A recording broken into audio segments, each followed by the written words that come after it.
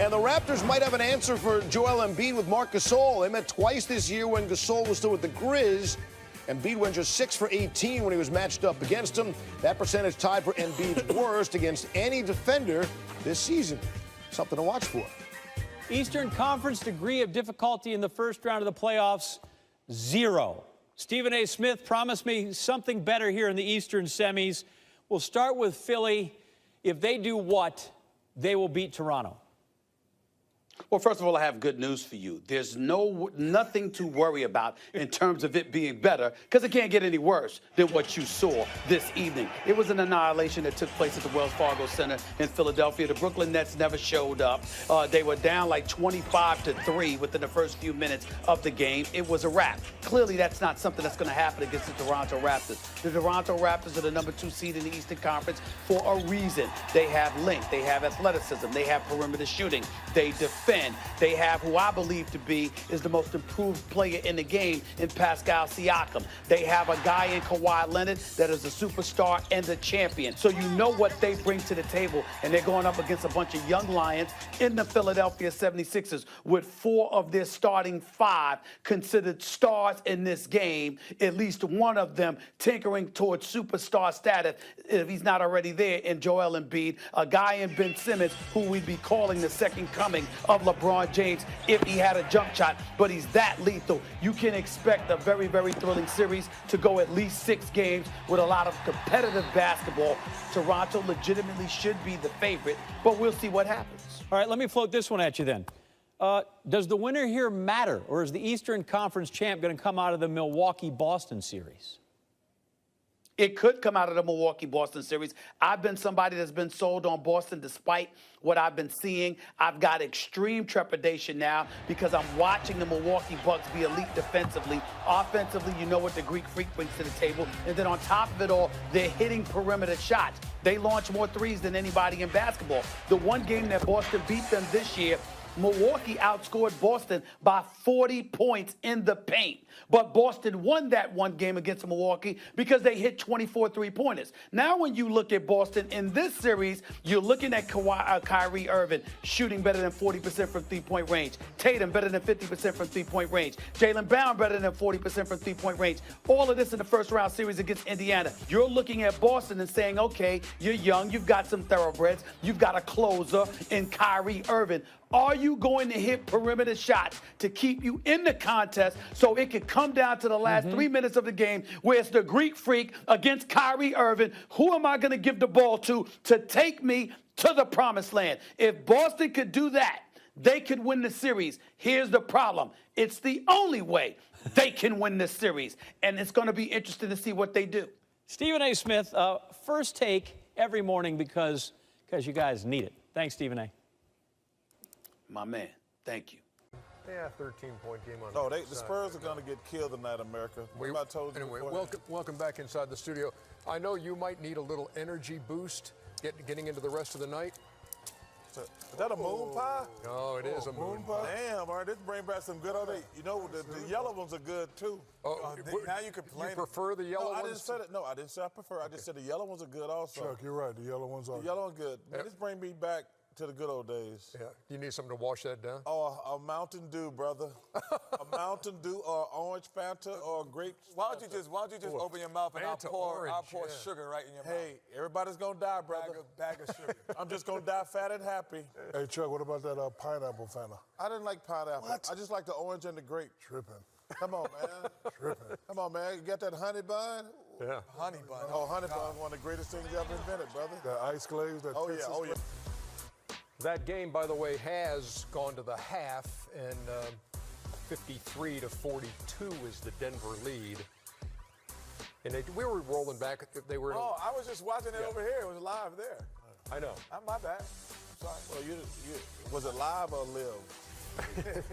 It's both the same. So, remember that. Toronto, Philadelphia, playing in the Eastern Conference semifinals.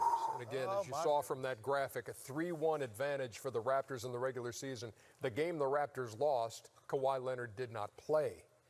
What's your early take on what you're going to see in that series, Chuck? I got Toronto. Hate to say it. Honored member of the 76ers Ring of Honor. but Toronto's a better team. I think that they're gonna beat the Sixers. Well, I would say that experience would go to Toronto, even in coaching, honestly, because he as an assistant coach, he was there and part of the Toronto Raptors. They got swept every time. Being in the playoffs. They got swept every time. Being in the playoffs. He got swept every time. I would say the experience that goes with the players in Talk about me? Toronto. But I didn't get to talk because he finished. But I'll be really brief.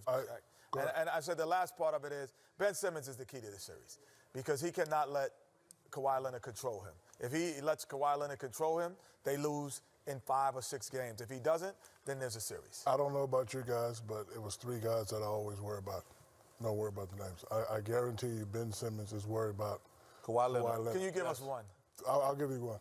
3 games they played, he's had 24 turnovers. Yep. When they played back in October, he had 11 turnovers. So he's in his head. So can he overcome it? If he doesn't overcome that, they would lose. Always had to worry about Ewing, Robinson, and Akeem. Always had to worry about them. Let me tell you something. I watched 2 of those Toronto-Philly games. He had Ben Simmons afraid to dribble. It's the Eastern Conference semifinals, the Raptors and the Sixers. Meantime, it's Game 5 in Portland. Blazers playing host to the Thunder right now. Joel Embiid has 15 in the first half. Promise you will be funny in between. It's a 60-31 game on TNT. Meantime, on NBA TV. Oh, turn over there. Kawhi Leonard's had 27 in this one. And if you watch that game and this game, you really got no life. Oh, this one is 107-75. And it's not that close. With 7 minutes to go in the fourth quarter. Elimination games. Y'all ready? And Toronto and Philadelphia are both Here we go. taking Hey, one, two, One, two, three. That's cool. No, they're not saying that. Yo, they are. Yeah, they said. Oh, they said it. No, they're not. They're going to play hard in the series. It's the American Express halftime report. Studio J here in Atlanta. Ernie Good thing Johnson. about it, they're in New York. They got 2 airports. They can fly to a good place. Shaq and Kenny and Chuck are here. Philly. I do not remember seeing 2 games going on at the same time. That was this bad. One was 31-7 at one point in the first quarter. The other was 30-8. Both Toronto and Philly had 24-point first quarter leads tonight. And wow, I'm going to guarantee you though something. What's that? The 2 later games are both going to be better. Oh, I agree with that. You know, but San Antonio, Denver, and but you know what Portland, you're seeing? OKC. You're seeing veteran teams who watch the other teams. Because, like, when you get now, you're like, the first round of playoffs, there's just going to be a lot of mismatches. There's a couple great series, but most of them going to be mismatches. But now you're starting to see Philly watch Boston, Milwaukee, Toronto. Toronto watch those teams. Let's get this thing over with as many games as quick as possible. Okay, so I'm going to flip a coin, or pretend I'm flipping a coin. You've got Brooklyn offense. You've got Embiid. Who wants to go first? I'll go first. Okay.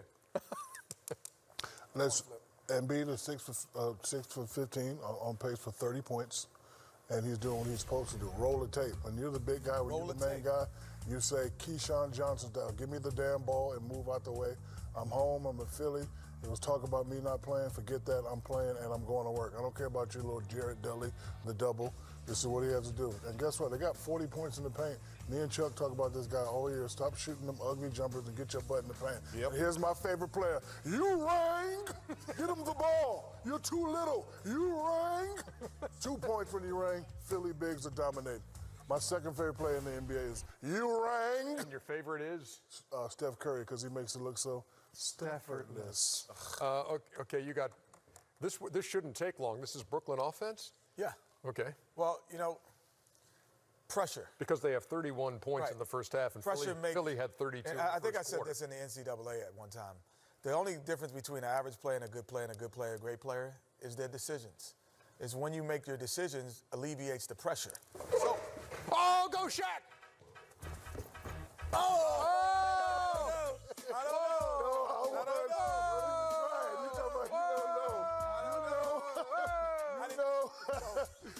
Freak I did check. not, Man, can you beat anybody?